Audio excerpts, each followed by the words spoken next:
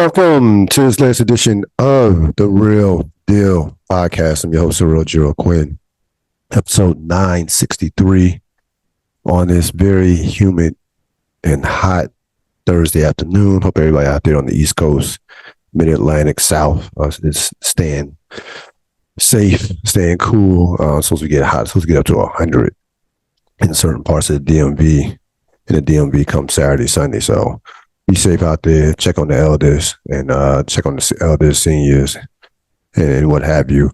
Really good. I'm recording this on a Thursday. Before we get to kind of wrapping up the NBA season with what transpired on Monday, welcome to the JJ Redick era for the Laker Nation. JJ Redick has been named the head coach of the Los Angeles Lakers. 4 years. The contract is expected to be this is a 4-year deal, somewhere in the range of $8 million per year. Haven't seen the official details of the contract, and like those will, I'm sure will trickle out over the next day or two, probably by tomorrow. Listen, I get the whole JJ is a basketball savant, or a basketball nerd. I get the whole idea that he's just this super smart guy.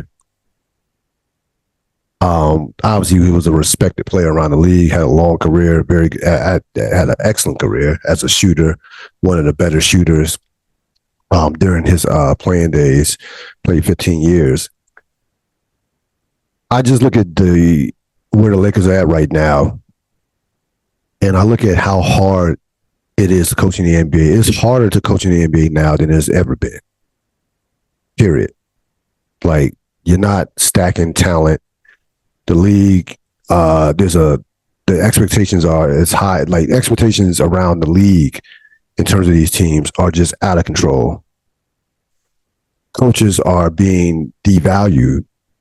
And then, the NBA is heading in the same way of baseball. They're heading in that direction of where the coach is going to get to the point to where analytics, you're going to be receiving, if your name's not Spoelstra or Popovich or somebody of that ilk, you're going to be, people are going to basically be telling you how to coach, telling you what to do. It's headed towards that direction. We're not that far away from that. So I look at a guy like JJ Redick, who has no head coaching experience, no assistant coaching experience in the NBA, no head coaching experience in college, unlike, Dan Hurley. I'll say to myself, how does this guy succeed? Like, what is it? What would constitute to be a successful season for the Los Angeles Lakers next year? The Laker delusion is at an all-time high. There are actually people that believe that this team can compete for a championship next year, which is insane. They were fighting to be a playing team, and that was with LeBron and Anthony Davis and LeBron were healthy this year. They didn't miss a lot of games between them. Go check it out. Go look at it. Go look at the numbers. Look at the amount of games played. If you don't believe me, they did not miss a lot of games between them. Second team All NBA for Anthony Davis. Third team All NBA for LeBron. Could have made a case for the second team All NBA, but whatever. So everybody, their main two guys were healthy, and they struggled to be in the play-in. They were a play-in team. Excuse me, they were not. They were a play-in team. So that tells you, number one, just how loaded the Western Conference is. And it's only going to get harder.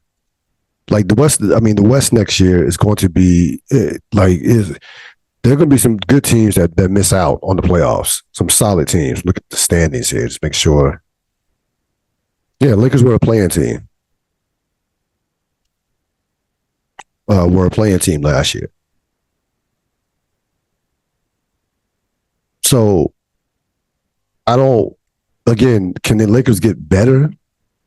Sure.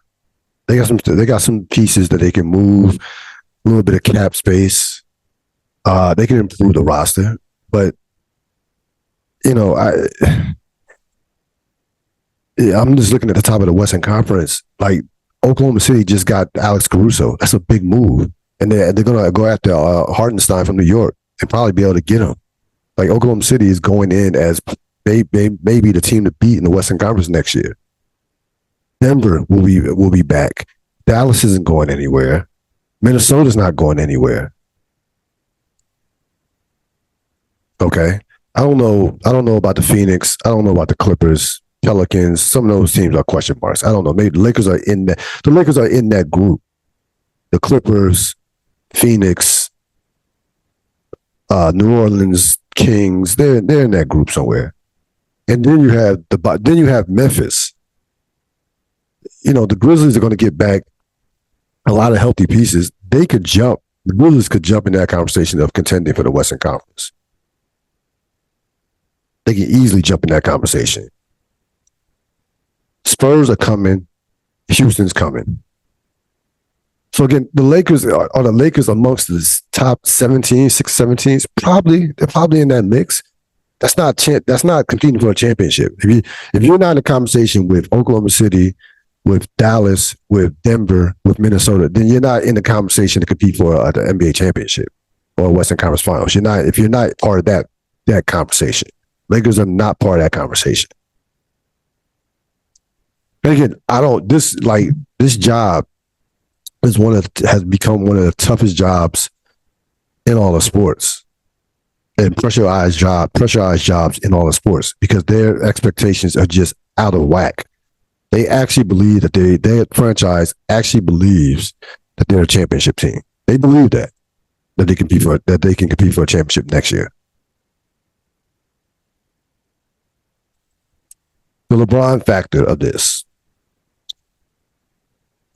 So this is the other side, and I mentioned this a couple of weeks ago on the podcast, maybe even last week, with the whole breaking down the Dan Hurley situation, which again was a very weird situation in terms of how quickly that fell apart when Dan Hurley turned down the Laker job. This is a side of the LeBron era that you don't want to be on. He's 39 years old. He's going to be 40 in December. Bronny James is going to be on the team. Probably it's going to be a second round pick. I don't see them taking him with a first round pick, but who knows?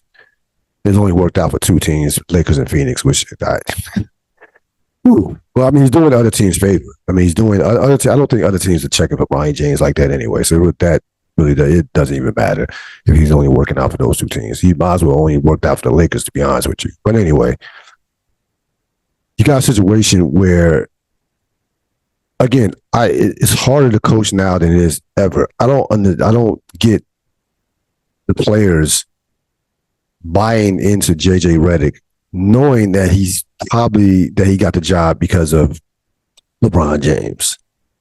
So the reason why he got the job, I don't get the respect. I don't get the players respecting him, even as an ex-player. Again, to come into LA, not the Clippers, the Lakers, with no coaching experience. That is a unbelievable amount of day-to-day pressure that will be on him every single day.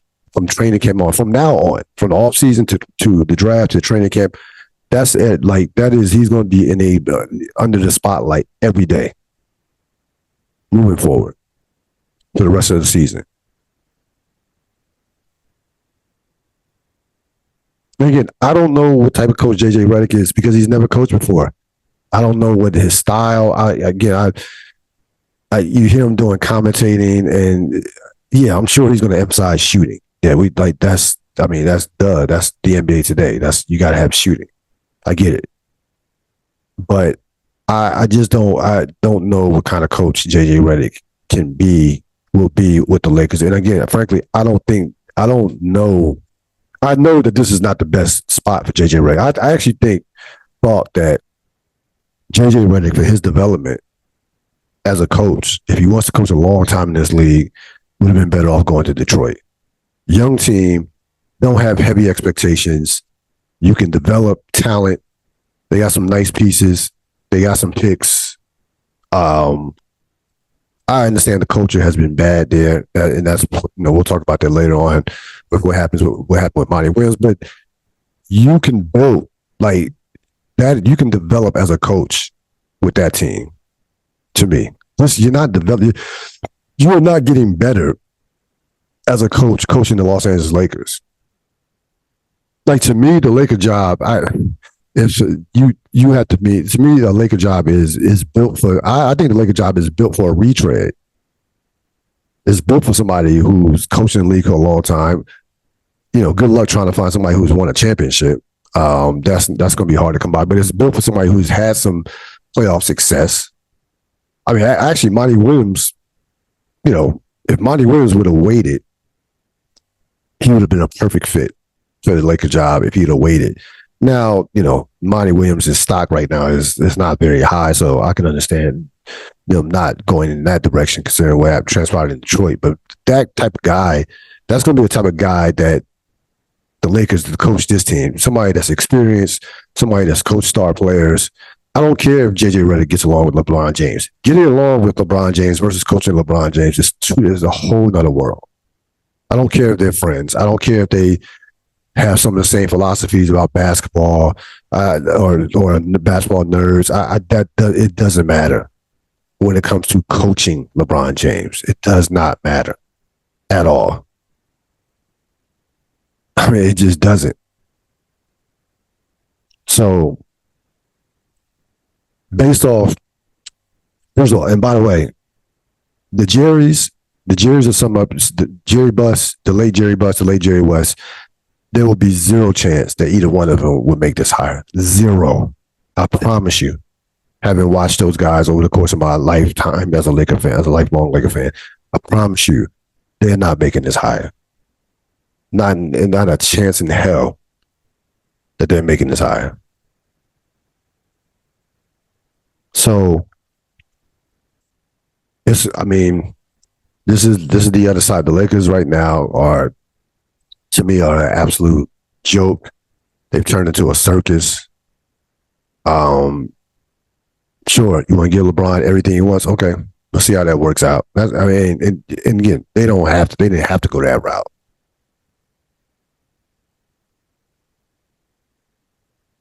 But again, I don't see how those players are going to respond to a guy that's never coached before. I mean, it's a big jump from assistant to head coach. That's a big jump in any sport. Any assistant coach will tell you that. Any assistant coach that has become a head coach will tell you how big of a jump that is. To never coach forget about the pro, not even the college level. At least if you coach college, you're in charge of a whole program. You're putting, recruiting, you're building a program, player development. There are skills that are transferable to the pro game from the college game, even though the NBA is completely different. It's more about managing personalities than anything now, especially in 2024. But there is a skill set that you build up in college that can be useful at the pro level. I don't know what JJ Redick's skill set is, to be honest with you. We have not seen him coach. I don't know what JJ Redick does well. I mean, players are looking at him and saying, yeah, you played in the league, but okay, what are we doing here? That only goes so far, the fact that you played in the league. Because now there's a bunch of guys coaching in 2024 that played in the league. So, Redick goes to the Lakers. Again, I think for his own good, in terms of coaching development, in terms of his only development as a coach, that he would have been better off going to Detroit. Now, another question to me is this just LeBron? Is this strictly a LeBron hire, or is this a hire that's gonna go past LeBron James? Because LeBron James at some point is going to retire. Not going to play until he's 50. And it's more if this is a hire that goes past LeBron James's career, I can understand it more. If we're talking about, hey, when LeBron's done, then JJ's out, and we haven't won a championship, then that's a waste, and that's a disaster. Remember, since 2011, since Phil Jackson's last season, after they got swept by Dallas in the 11 playoffs, This is their 8th coach in 13 years. 8 coaches in 13 years. Think about that for a second.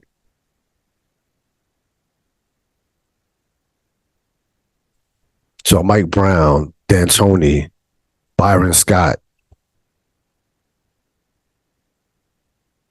Frank Vogel, Luke Walton, Marvin Ham. Am I leaving out? I think I'm in my lead. I think that's it. I think it's all of them. I feel like I'm leaving somebody out.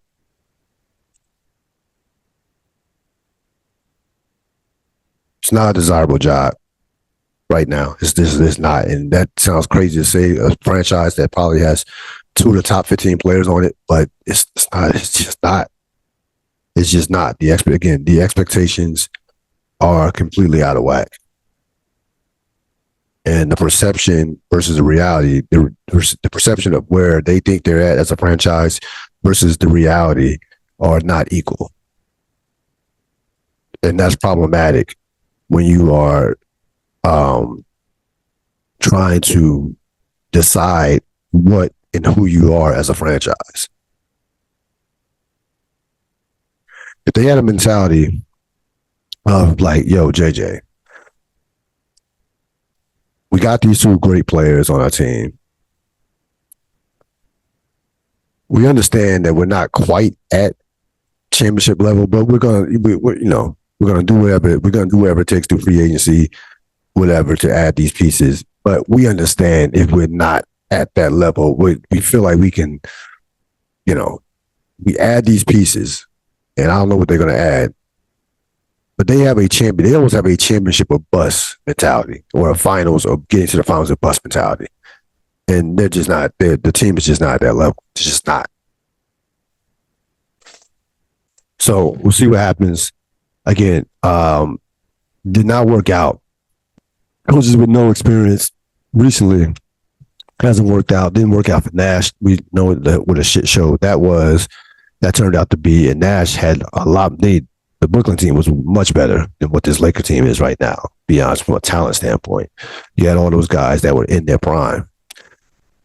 So we'll see what happens.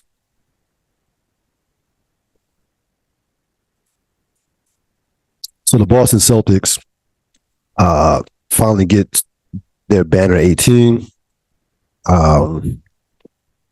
They take apart the Dallas Mavericks in what really was just a bad NBA Finals, to say the least. 5 games. The series was never really in doubt. 2-0, 3-0, 3-1. The most drama in this series was who's going to win Finals MVP. And of course, that was Jaylen Brown winning, who culminates the best season of his career with didn't make All NBA, but he took that out on the Eastern Conference, winning the final, just playing tremendous basketball. Just had a phenomenal season, winning Eastern Conference MVP and Eastern Conference Finals MVP, and also NBA Finals MVP. Listen, it could have been, if Tatum would have got it, wouldn't have really had a problem with it, but he only shot 38%. Only shot 38% for the finals, or basically for the postseason. Shot like 38% for the finals. And I think for the postseason, he only shot 38%. Well, definitely for the finals, I think he shot a little over 40% for the postseason, but only shot 38% during the finals. So that was a tough deal for the playoffs. Tatum shot 42% for the playoffs. The finals, he only shot 38%. Brown, from start to finish in the playoffs, was their most consistent player. Holiday had an outside chance, but you had a feeling that it was going to be between Brown and Tatum. Listen, you give Boston all the credit in the world. They were the best team from start to finish. This was indeed a dominant run. I don't want to hear about the injuries. Everybody has injuries all year, every year. So even healthy Giannis, the Bucks would not beat the Celtics. Even healthy Indiana, Sixers, none of those teams would beat the Celtics. Knicks, sorry, They just weren't. Even with Porzingis banged up, none of those teams were beating the Celtics healthy. Would they have been more intriguing, competitive series? Sure. But the Celtics, this was a dominant basketball team. This was a team that you combine their regular season record, the postseason record was 80-21. That's domination. Look at the point differential, all the numbers. Look at how they matured as a team, how they developed, and really didn't change their style of play. They still were dependent on 3-point shots, but with their defense and with their ability, in particular Brown and Tatum, focusing more on going to the basket, they didn't settle for 3-point shots. And that was the difference between them this year and in past years. When the three wasn't falling, they would put their heads down and go to the hole. And of course, defensively, they were much better this year, a whole nother level better this year defensively than they were last year. They were in the playoffs, especially in the playoffs last year. They did not play well defensively, and that got exposed, especially in that Miami series when Miami just lit them up. And then Miami couldn't score against Denver. So that lets you know that it was that Boston was not the same defensively as they have been in past years, especially in the postseason. Again, the game was anticlimactic. Second half, the game was over in the first half when Boston made 10 of 21 from the 3-point line. They were up by 21. They only shot 31% in the second half, and both teams really couldn't throw it in the ocean. They shot only 31%. I believe Dallas only shot like 41%. Man, it was over at halftime. And,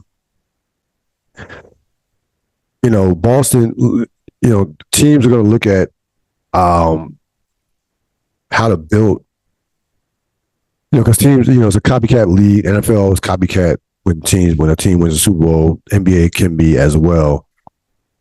If you are looking to, I don't think you can copy Boston's style. If you go just strictly 3-point shooting, you're making a mistake. The fact of the matter is, Boston only shot 34% in the conference finals from three, and 33% as a team from 3-point line in the finals. You have to be able to win in multiple in different ways. It can't be just all threes.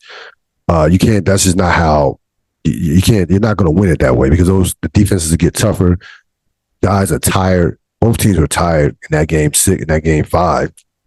Long season, especially in the playoffs, 2 months. You're not going to see too many great 3-point shooting performances in the NBA Finals. And you look at the last 5. Look at the last 5 champions. Okay, got Boston. You go Boston. Last year, of course, Denver. Year before, Golden State. Then before that, Milwaukee. Then LA in the bubble. Those teams did not win the championship because of those teams were not dominant 3-point shooting teams. None of them. They occasionally got hot during the playoffs, made threes, but for the most part, those teams were physical. Those teams pounded you in the paint. Those teams played great defense in the particular final series. The Denver's defense was tremendous in the finals last year.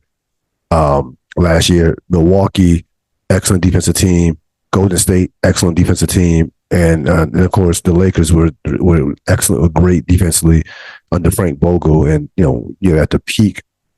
You're at the, this is where Anthony Davis and LeBron are 2 top 5 players at that point in 2020. So you're not going to overwhelm people offensively. This was not a great offensive series for Boston. I thought everybody talks about Dallas's defense. I thought Dallas's defense was fine in the series, to be honest with you. Their defense was not the problem. The problem was they only scored 100 points one time in 5 games, and they lost every game where they scored under 100. Outside that game 4, where they scored 122, and that game got away from Boston in the first half, basically the first quarter, down by 13. Dallas couldn't score. So you give that Boston all the credit. You're not going to be able to copy their style of play. What you can copy from Boston is not listening to the outside noise. I heard for the last 2 to 3 years, break up Tatum and Brown. I heard that nonsense, that bullshit for the last 3 years. Brad Stevens, give him all the credit in the world because there were some trades that were out there. There were trades that he could have made for Paul George, Kawhi Leonard, Kevin Durant, and Anthony Davis, and moved off Jaylen Brown. Okay, there were trades out there that Brad Stevens could have made, but they stayed patient. And look at Jaylen Brown is legitimately one of the top 15 players in the world right now. It's not top 10. Let's not get crazy. He's top 15.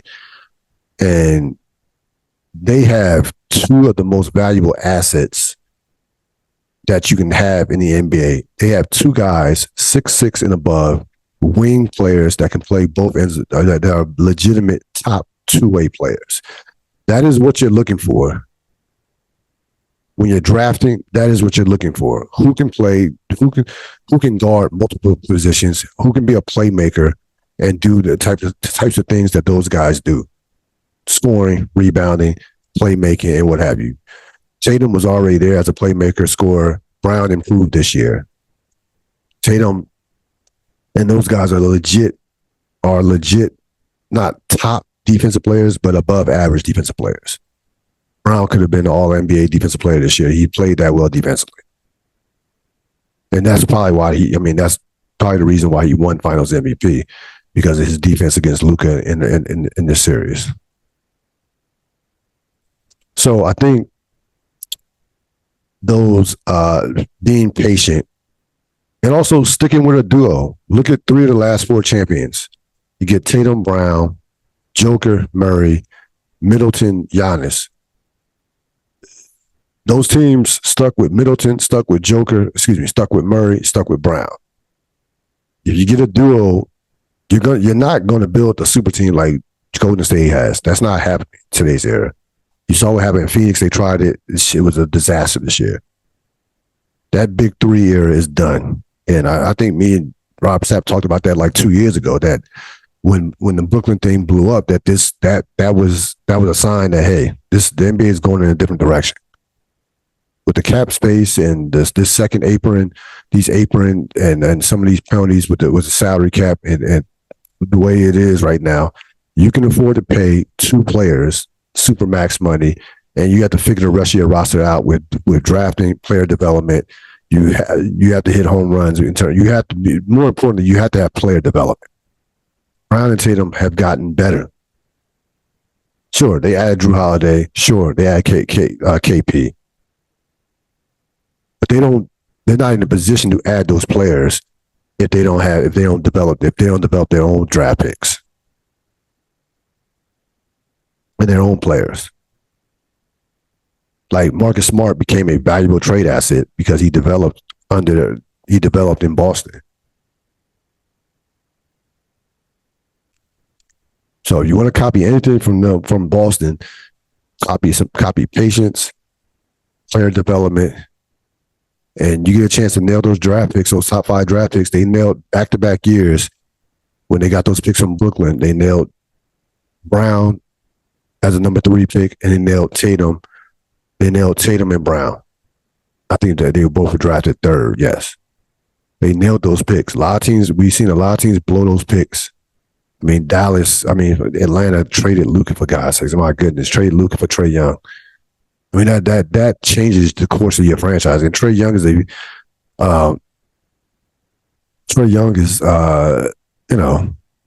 he's an all-star, but Luka Doncic is a MVP generational talent. That's the difference. It's a world of difference between those 2 players. You cannot miss in the NBA on those top 5 picks. When you get a chance to get a guy of that caliber.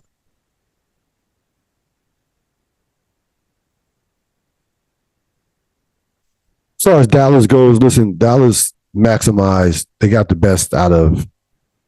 They got more than the best. I didn't think Dallas was going to get to the NBA Finals this year. I didn't think they were a legit contender to even get to the final. I thought their max was possibly the Western Conference Finals. I didn't think they were amongst the teams that could get to the NBA Finals. I think it's going to be interesting moving forward because, again, the Western Conference is a monster. And those teams I gave you, Denver, Oklahoma City is going to be a beast. Minnesota, Those teams aren't going anywhere anytime soon. And Wembanyama is coming. Teams better take advantage of these years while the Spurs are somewhat mediocre. That because once Wembanyama figures it out, and once they put even a respectable amount of talent around him, he's going to win. That guy is going to be a championship player. And I would predict that next time we see a team go back to back, it will be with Wembanyama, with the Victor Wembanyama team, not with the Boston Celtics. I don't think the Celtics will win it next year. They'll certainly be in the conversation, be the favorite, but I don't think they're going to win it next year by myself. But if you're in the West, you better get your championships. Get your championships now. Better get your finals appearances now.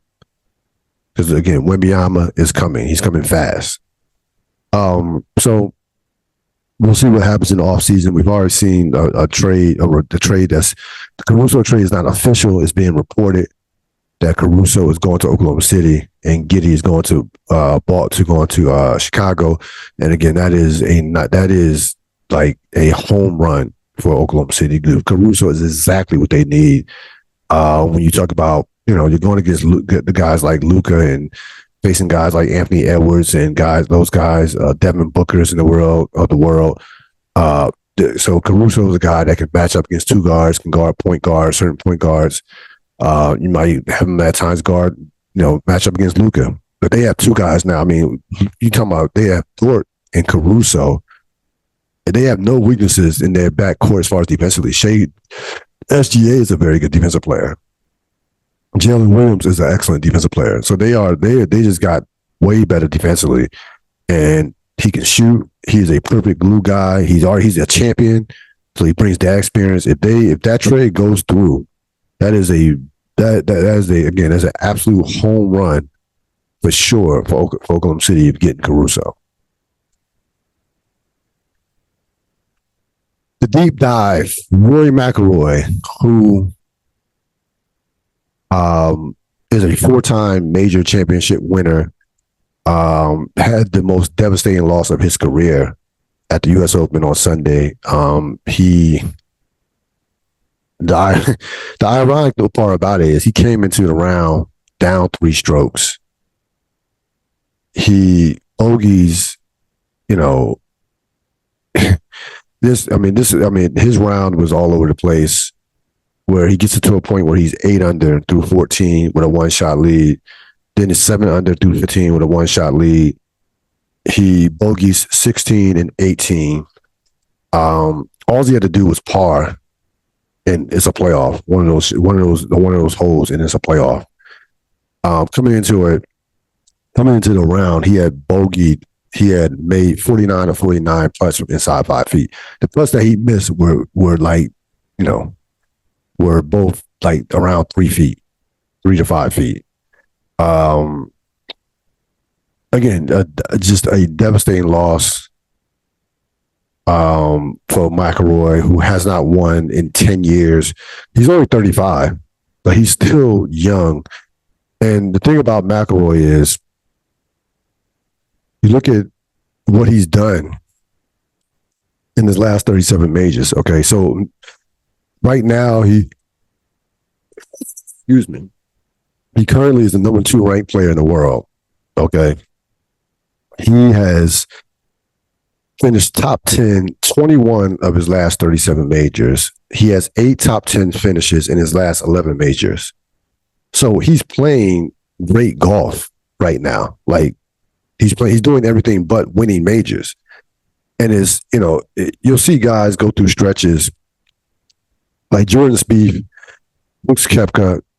Their play have kind of slipped. Those guys won a lot of majors early in their career, all within like a 3 to 5 year span, and they've kind of slipped over the last couple of years, especially Spieth. Spieth is just completely falling off the side, off the mountain. But McIlroy is still amongst tournament for tournament. He is still amongst the top 2 or 3 players in the world. And he's had one of the more peculiar careers of a major championship winner that you will ever see. if you hear the talk about McIlroy, you would think that he hasn't won any majors. Because remember, he had 4 majors by the age of 25. So he won his majors from 2011 to 2014. Again, we have never seen a guy win majors that fast and then have a drought this long. It doesn't happen. It just does not happen. There's no particular one reason that you put your finger on why this drought has happened, that has occurred. Of course, the talent factor in golf right now is at an all-time high. The field is as deep as it's ever been, especially amongst American players. There's so many great American players right now that can win a major at any given tournament. So yeah, that's factored into it. I also feel like Rory cares too much about.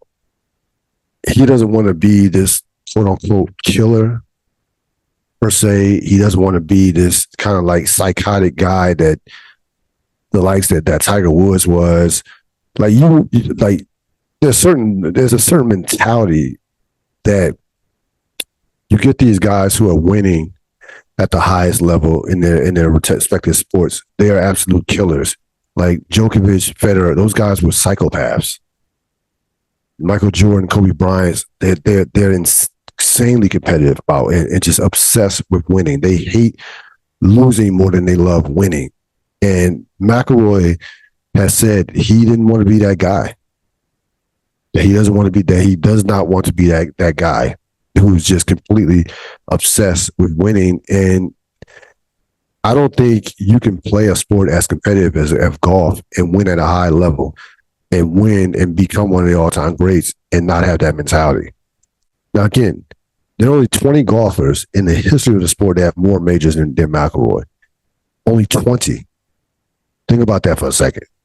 So he retires today. He's amongst the all-time greatest golfers, period.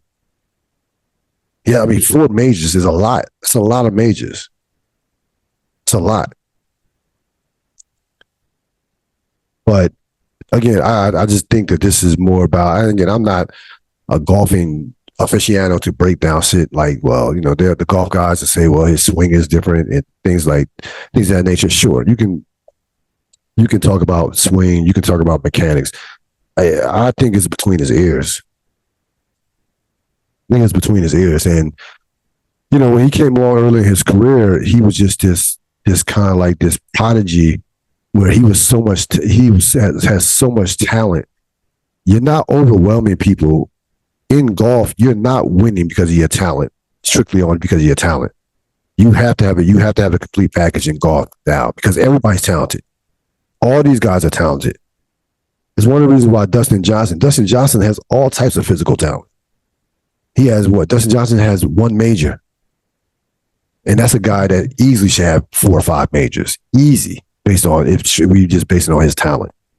So in golf, again, that mental approach, that what's between your ears is the most important thing to me in golf. I think that's just, it goes without saying. And again, I look at McIlroy's career. Again, we've never seen a career like this.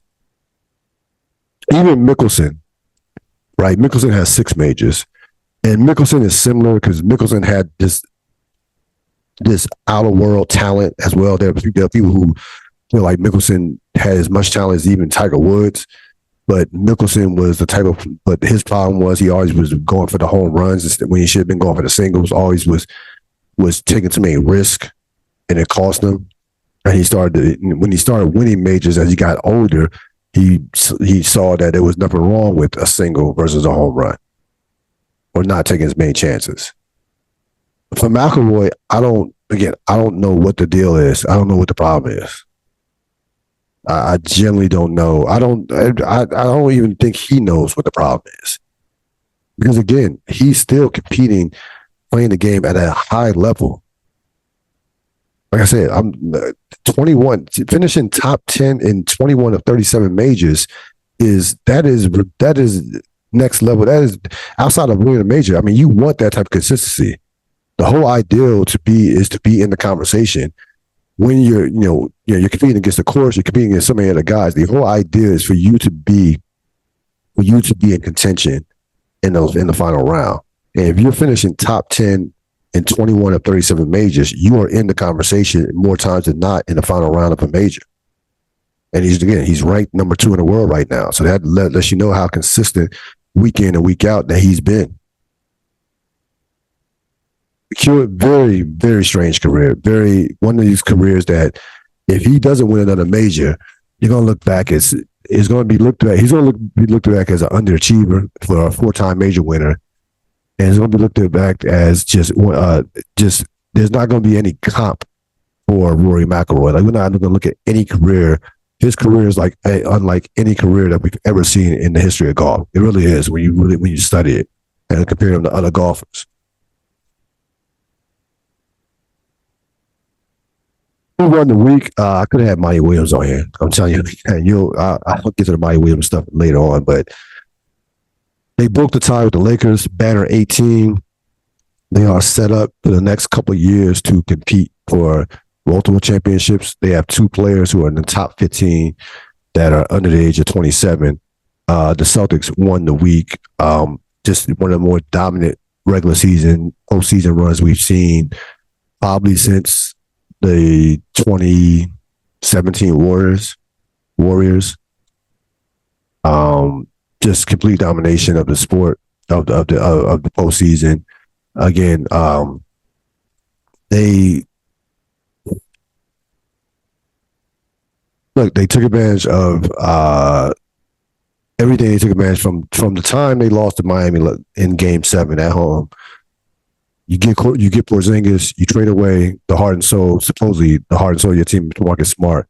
You still get a couple draft picks in terms of that. You add Drew Holiday. Drew Holiday kind of falls in your lap, but you take advantage of that, and there you go. You build in essence, in this era, a super team. And again, a team to me that had the most talent that any team's had since the 2018 Warriors. So the Boston Celtics win the week with banner 18. Top 5 players to end the season. I've done this for like the last, I think I've done this since 2013. Yeah, it's been a decade. I've done this like over the last. I didn't realize how long it's been going on. So this is probably like my 10th annual top 5 players for the end of the season.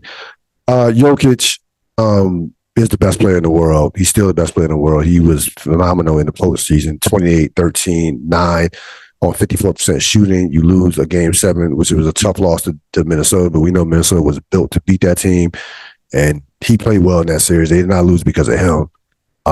He's still the best player in the world. Like, he's still the guy that creates the easiest shots. You can get any shot. He's going to get your team any shot, get your team the best shot possible. I think he's a bigger, more efficient version of Luka. At number 2, Giannis. Why Giannis is number 2? We saw Luka struggle with leadership. We saw Luka struggle with, his not durability, because he didn't miss any games in the playoffs, but Luka was not nowhere near 100%. We saw Luka struggle with some conditioning even during the playoffs and the finals. We don't ask those questions about Giannis, and I think we cannot take advantage. You can't just sneeze at Giannis. Giannis has 6 top 6. He has 7 years in a row he's finished in the top 6 as an MVP. 5 top 6 finishes in Defensive Player of the Year award, Defensive Player of the Year. You can't just sneeze at 30, 11, and 6. I think we've gotten to a point where we're taking Giannis for granted. Now, we know Giannis is not a great general manager. We understand that. But I'm not penalizing him for being a bad general manager. He's still the second best player in the world. You're not attacking Giannis on defense the way Luka was being attacked. And we gotta be fair. We compare Giannis, one appearance in the finals. He got the job done. Came back from 2 games to nothing. Was the best player on the floor. And versus Luka's performance in the finals, Luka was just okay in the finals. He was okay. He was solid. Wasn't great. Wasn't otherworldly. He was solid. So Giannis is still, to me, number 2. Luka, of course, clearly is number 3. led all players in points, rebounds, and steals. Is, whatever. He's not like, there are people that, when after that game 3 disaster that said that he is not a top 3 player. You're out your mind. He's only 25 years old. He can actually get better. That's the scary part. He can get in better shape and he can become a better leader. We'll see what happens after getting that first taste of the finals. This guy right now probably is the best scorer in the league. And right there with Jokic as being the best offensive player in the league. SGA number 4. SGA had a phenomenal postseason, 37-6. He was the best player in the Dallas series for sure, even better than Giannis and Kyrie. He destroyed their defense. If he would have got any consistent help from a second player, Oklahoma City could have won that series. Again, he's only, 26 years old. I think 26, 27. I want to say 26. Yeah, I think SGA is only 26. Back-to-back top 5 finishes in MVP. Back-to-back first team All-NBA. I don't think people realize this. He finished 7th this year in Defensive Player of the Year. So you also have to take that in consideration. He's not somebody that you're going to pick on defensively as well. So SGA, Oklahoma City has their franchise guy in terms of SGA. He's going to be great for a long, long time. And number 5, Jason Tatum. I understand that he did not win a conference finals MVP, NBA finals MVP. I don't care about that. The guy has played in 113 playoff games, and he's only 25 years old. Averaged 25, 10, averaged 25, 10, and 6 in the playoffs this year. Plays both ways. Is never injured. Really rounded his game. Became a complete player with the playmaking, with being able to impact the game when he's not scoring, even when he's not shooting well. He only shot 42% in this postseason, but he was able to impact the game with his passing, with his defense, with the rebounding, and he's a great teammate. Like, he did not care. Seemingly did not care at all about the individual stuff. It was really about winning. And again, there's other guys. Who are you putting ahead of him? Like, realistically, 25 years old. He's a champion now. Has done nothing but win, and he is, the best player on the team that won a championship. He's in that conversation. So that's something you can't take away from him. No, Jaylen Brown's not a better player than Jason Tatum. But Tatum, also he passed Kobe Bryant as for most playoff points before the age of 27, which is saying something when you pass, the late great Kobe Bryant.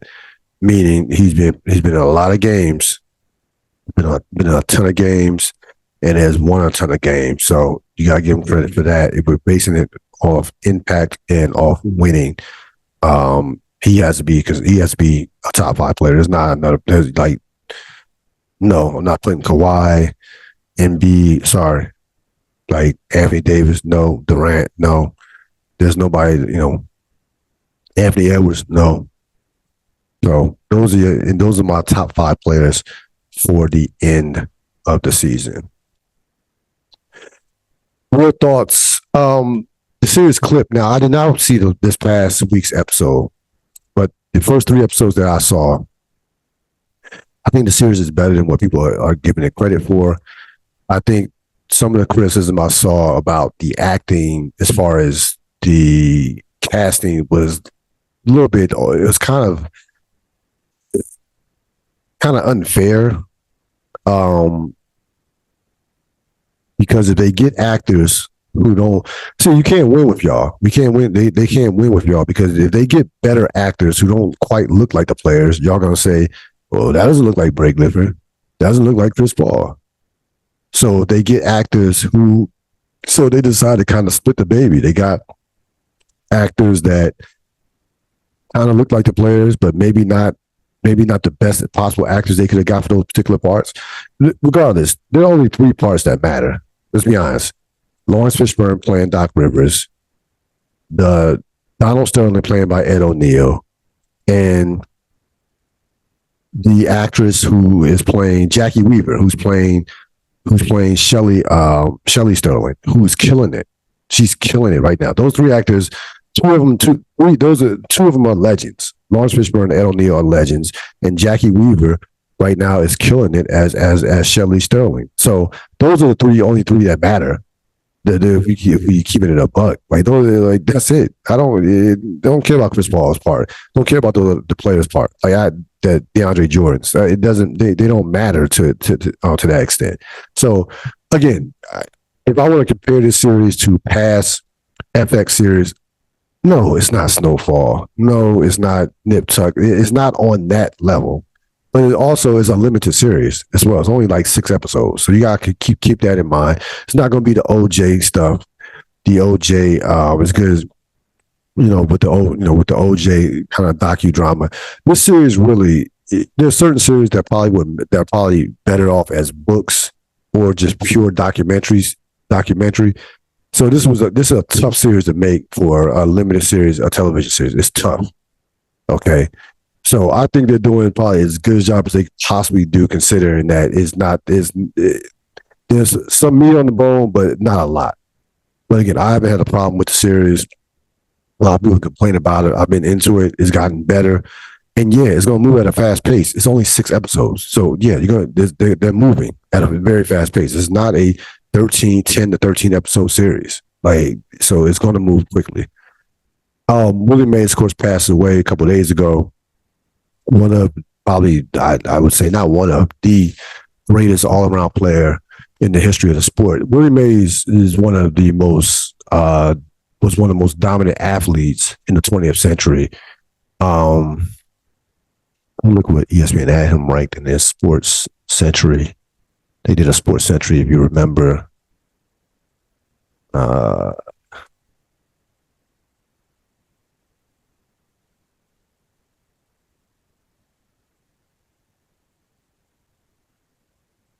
I'm sure he was in the top 20.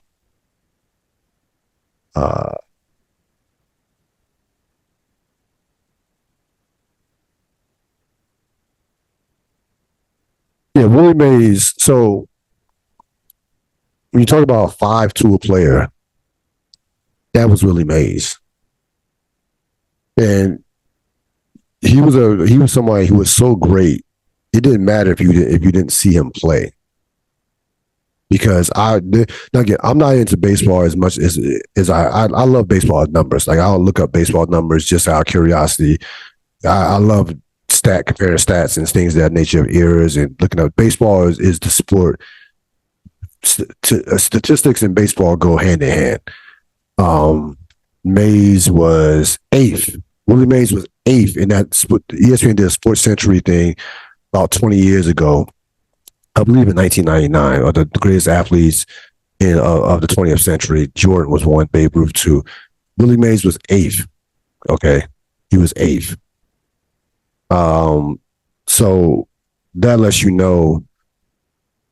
So again, so they considered him the second greatest baseball player behind Babe Ruth.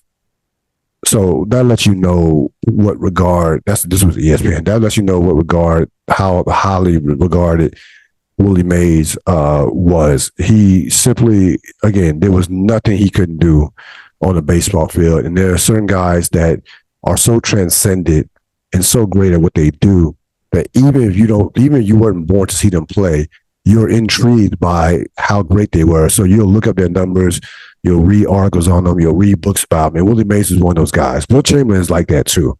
And Bill Russell. There's certain guys, even Jerry West that just passed away. Like you look up, you can watch YouTube clips and stuff like that. Because they're like mythical, Greek gods in a way. They're like mythical figures. Like you wonder to yourself, was he that great? And people who did see them play will tell you, yeah, he actually was that great. He probably might even been better. And Willie Mays was that dude. Like, again, being able to do everything on a baseball field, hit for average, power, run, field, he did everything. There was nothing he couldn't do. Only won 2 MVPs. I saw something on ESPN that had him that they said he actually should have won 8 MVPs. I'm not gonna go that crazy, but there were some years, and I started looking back on it, that he probably got robbed 2 or 3 times. He probably should have 4 or 5 MVPs, but that's that's neither here nor there.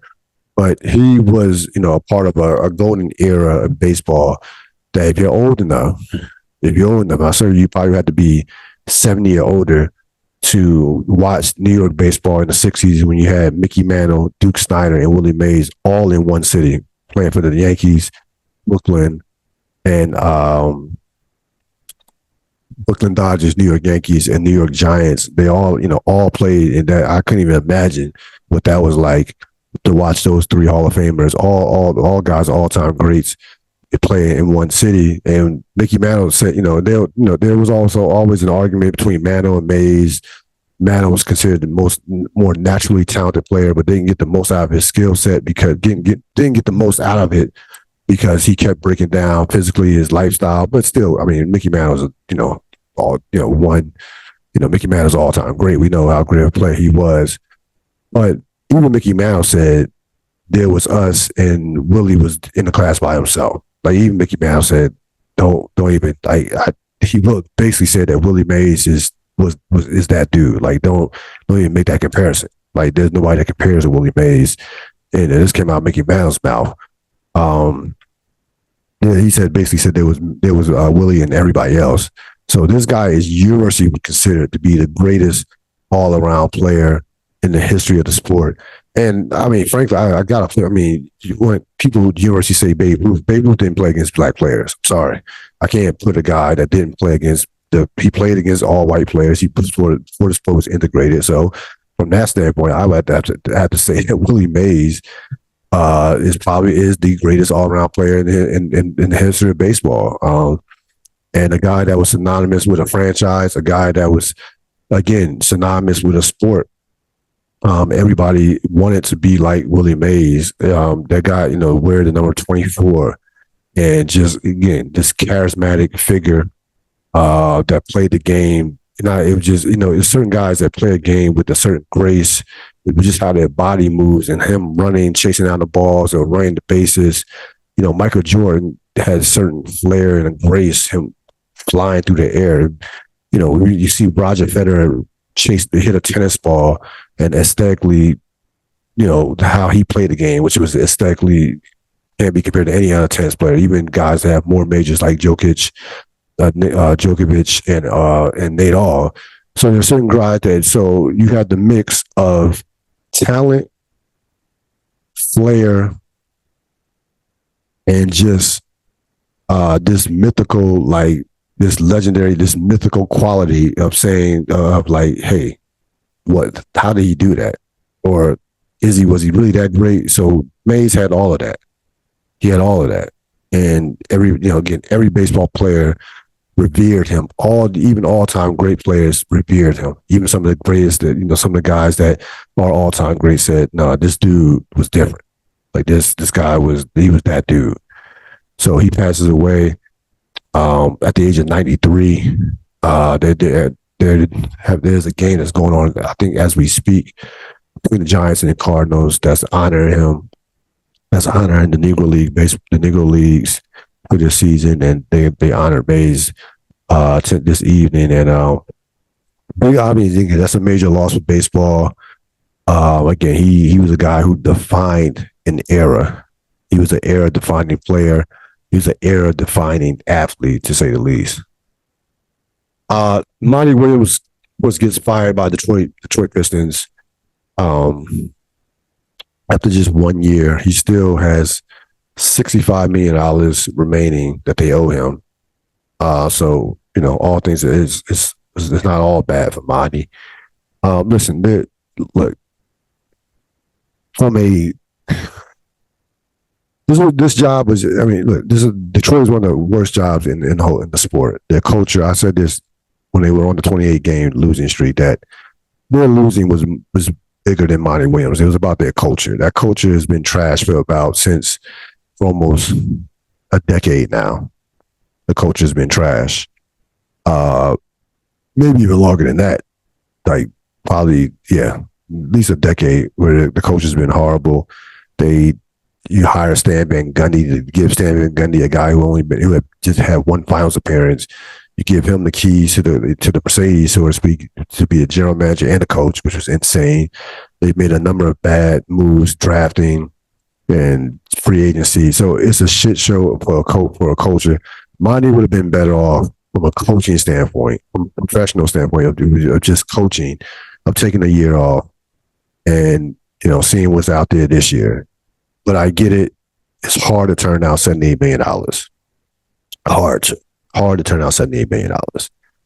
So he's going to get the $65 million from Detroit.